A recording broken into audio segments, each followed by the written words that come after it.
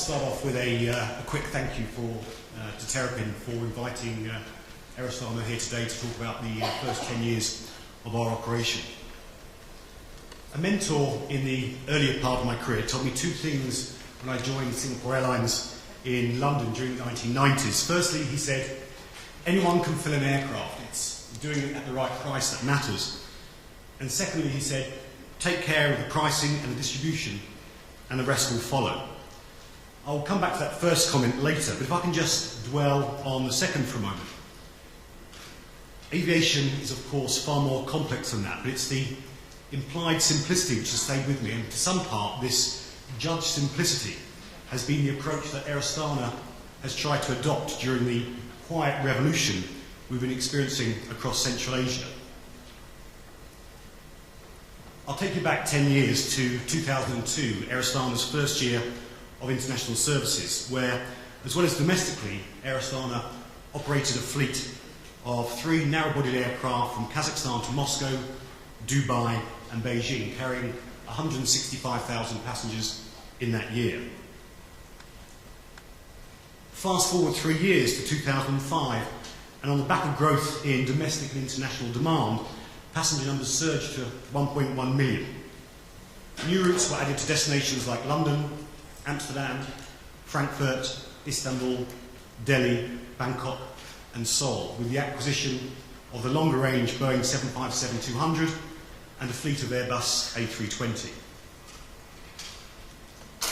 So where are we now? The fleet now comprises wide-body Boeing 767-300ER, Boeing 757-200, an Airbus A320 family fleet, a number of soon-to-be-retired Fokker 50 turboprop aircraft, and our newest acquisition, the Embraer E190-97-seater. In 2011, Astana carried 3 million passengers. This year, given the expansion plans, Astana will carry 3.3 million passengers. ASKs have grown from 6.5 billion in 2007 to 8.5 billion in 2011. Since the second year of operation, the airline has been profitable, peaking in 2010 with $78 million on a turnover of $660 million, or 12%. This year, despite fuel and demand challenges, we expect to achieve in excess of $50 million post-tax profit. Today's international route network is somewhat different to that of 2005, where the network was characterised by long, low-frequency and low-density lines to destinations like London and Seoul. Since mid-2009, the airline has adopted a strategy to develop its regional network, particularly to neighbouring cities in Russia and China. In 2009, Astana's only operation to the Russian Federation was to Moscow. Today, the airline operates to Samara, Ekaterinburg, Novosibirsk, Kazan and St. Petersburg. During this same period, the regional network has also expanded to Urumqi, Bishkek, Baku, Tbilisi, Tashkent and Dushanbe. It was clear that Astana was never going to rival the density of the big Middle Eastern, Asian or European carriers transporting large volumes of transcontinental traffic in big west-east movements from Europe to the Far East, for example. In truth, the airline didn't really relish the potential yield dilutions these flows could produce. Notwithstanding, connecting our regional network to our services to Asia and the Far East was somewhat more appealing. Given the projected growth of the carrier, a reliance on the home market and point-to-point traffic would not be satisfactory. The domestic market in Kazakhstan is a relatively small 16 million people. However, within 250 miles of the borders of Kazakhstan, the catchment population swells to a 60 million target audience. As such, Astana, buoyed, but encouraged by these lower competitive pressures than within Europe, for example, has actively sought this surrogate home market, the near abroad, if you like. The airline remains intent in developing its complementary network to target the potential of this regional market, both on a point-to-point basis, as well as the development of Almaty and Astana as regional hubs providing connectivity to traditionally underserved markets across the CIS and Central Asia. Notwithstanding this current focus on the regional network, Air Astana has maintained the development of the long-haul network, specifically to Asia, where demand has remained more buoyant. Frequency to China has increased, in addition to adding new services between the capitals. Frequency to Delhi and Kuala Lumpur have also increased. We've launched a direct service from Almaty to Hong Kong, and this winter our Bangkok services will be daily, as well as adding Ho Chi Minh to the network. It's been suggested that this current mixed fleet that Air Astana operates must weigh heavy on the airline's resources, specifically from a crewing, maintenance and spares perspective. Arguably, this comment has some degree of merit. Notwithstanding, the current fleet profile has enabled, one, the relative low cost and low risk entry into new regional markets using smaller gauge aircraft or right sizing. Two, the ability to grow frequency and resultant capacity steadily using these smaller gauge aircraft. And three, the agility to align capacity with sudden or structural changes in demand. This agility and flexibility of fleet has served Air Astana well, specifically during the period of regional expansion, as well as during the economic crisis and passenger downturn in 2008. The combined forces of passenger demand and customer expectation have certainly been a catalyst for the fleet restructuring recently announced by the airline. The replacement of the Fokker 50s with the Embraer E90 satisfies passenger demand for improved in-flight comfort and shorter flight times, especially with the onset of effective domestic competition, as well as operationally being a very efficient aircraft. Later this year, Air Astana will receive the first of 6 new Airbus A320 family, half of which replace current leased aircraft and half represent an increase in capacity. And looking further forward, Air Astana has recently announced the order of 3 new Boeing 767s due for delivery in 2013 and 3 new Boeing 787 Dreamliners due for delivery in 2017. This investment of $1.2 billion at this price was the single largest order in Kazakh aviation history. Across the world, we've seen quite varied approaches to onboard experiences of passengers. On the one hand, we've seen the dramatic growth of LCCs offering cheap transportation from A to B, driven by the lowest unit cost with the addition of optional fee-based services. On the other hand, we've seen traditional full-service carriers adapting their inclusive offering to suit their market requirements. Whichever model a carrier chooses to follow, the long-term viability of an airline is based squarely on the customer perception of value for money, and in the case of those carriers not solely operating on the lowest unit cost, how it can differentiate itself from other airlines in the region. Without differentiation, airline seats tend to be sold simply as a commodity, with the inevitable outcome of lower and lower yields as airlines compete on the basis of price alone. Airlines have not excelled at differentiating themselves, specifically in the areas of distribution and indirect sales.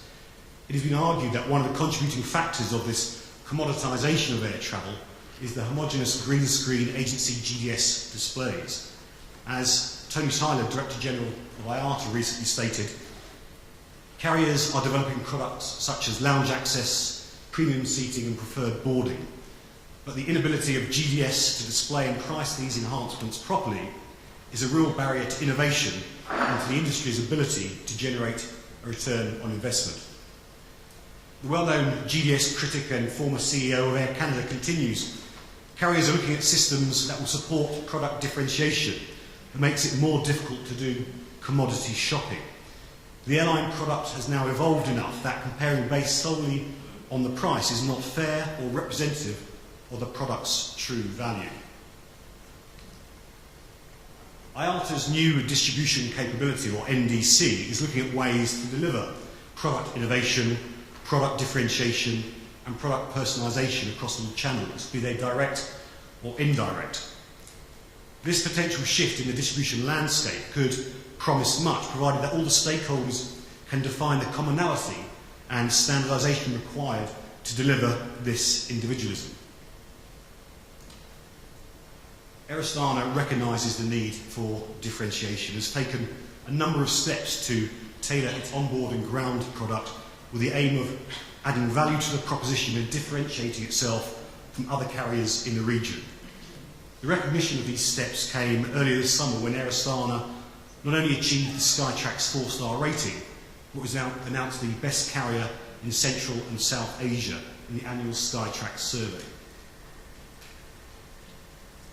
So what lays in store for Central Asia and the Central Asian region specifically? Airline partnerships will play an increasingly important role in Central Asia over the coming years.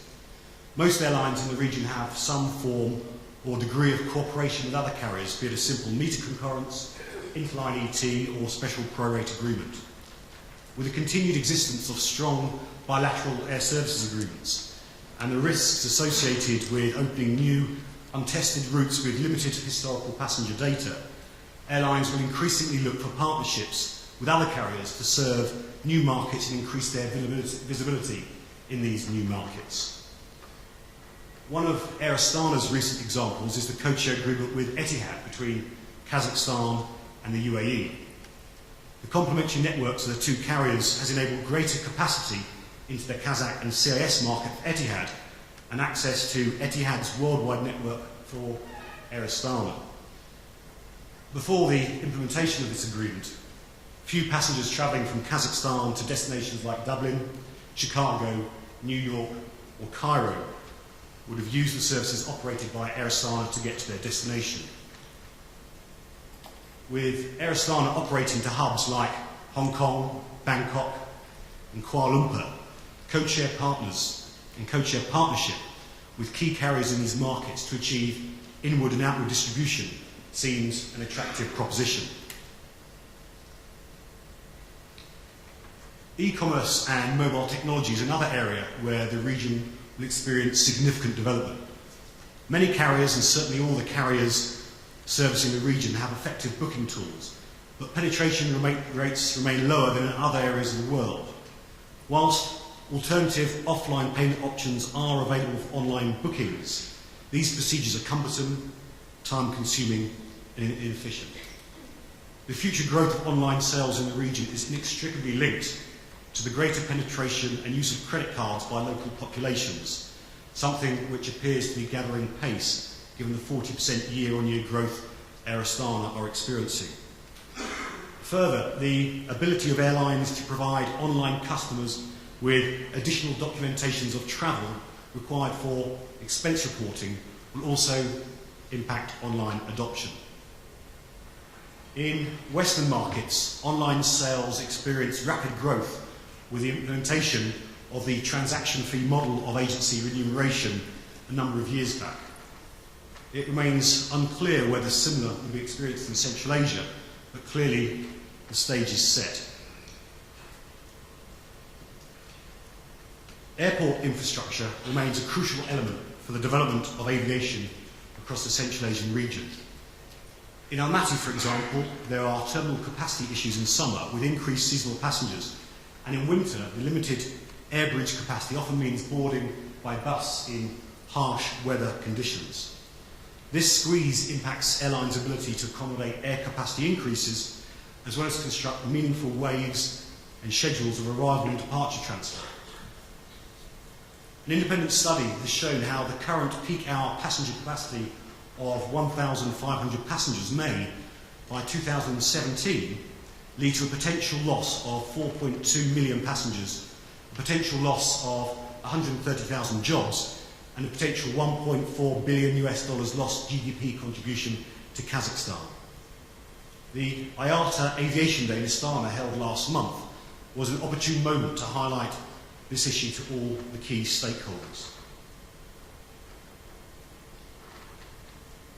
We've seen enormous advances in passenger handling techniques at airports around the world, driven mainly by IATA Fast Travel Initiative. Airports such as Copenhagen, Munich, Auckland have led the way, implementing all 6 key projects. Despite many airlines in the region adopting the first project, fast check-in, clearly Central Asian airports have some way to go to achieve the other targets. IATA's role in facilitating the discussions between all the relevant stakeholders will be crucial if this path is to be followed. We are, of course, delighted that IATA have reversed their trend of centralisation and recently opened a representative office in Astana to help address these and other issues directly with government and industry stakeholders. So what challenges lie ahead specifically for Air Astana? At the beginning of this address, I mentioned some advice given to me by a colleague at the time about selling seats, but only at the right price. At no time before have these words held quite as true as they do today. The collective profitability of aviation worldwide continues to come under immense pressure from fluctuating fuel prices. In an unprecedented move within Kazakhstan earlier this year, Air Astana implemented fuel surcharges for its domestic network, somewhat mitigating this impact, but certainly not ruling out additional cost reduction measures. It is inevitable that airlines that do not address their cost base will follow those airlines that have already ceased operations this year.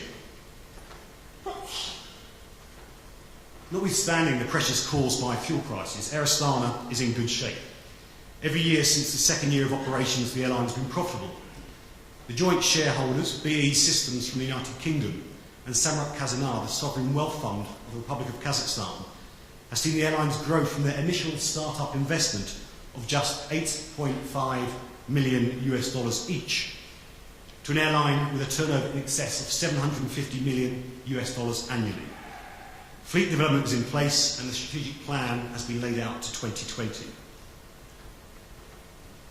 I'd like to leave you with a snapshot of what we expect our network to look like in 2020. I'd like to thank you for your attention this morning.